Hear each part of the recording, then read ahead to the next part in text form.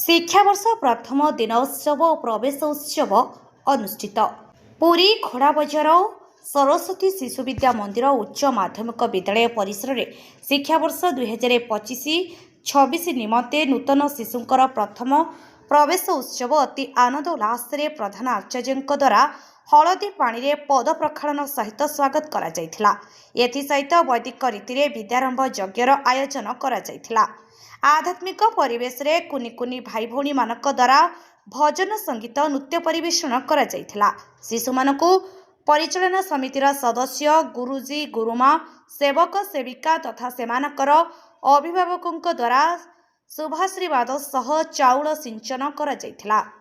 उक्त कार्यक्रम में विद्यालय परिचालना समितिर संपादक अरविंद शतपथी, उपसभापति माननीय डॉक्टर सीमांचल पंडा, कोषाध्यक्ष मानस रंजन पंडा, सदस्य संतोषिनी नायक एवं उच्च माध्यमिक विद्यालय अध्यक्ष अरविंद दास, प्रधानाचार्य प्रसन्न कुमार प्रधान उपस्थित रही नूतन शिशुंक मुखरे खीरी प्रसाद सेवन कराइथिले। विद्यालय वरिष्ठ आचार्य श्रीमती रीना राउतराय तत्वावधान में कार्यक्रम सुचारू रूपे संपूर्ण होइथिला।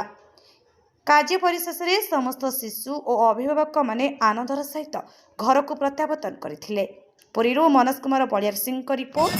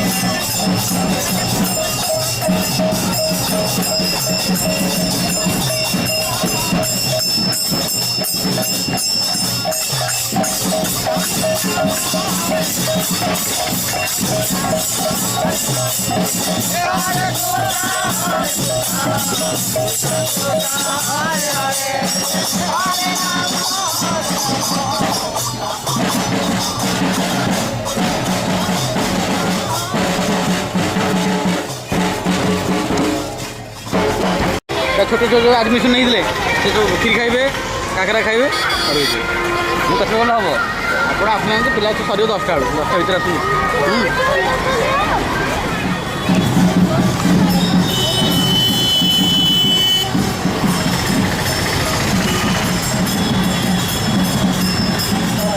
भर आस निश्चय जाए तेणु आज्ञा को स्वागत और अभिनंदन।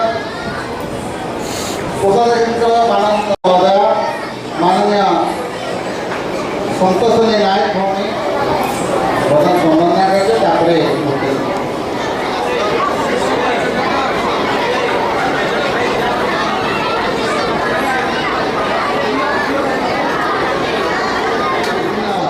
आम प्रेरणा सदाबले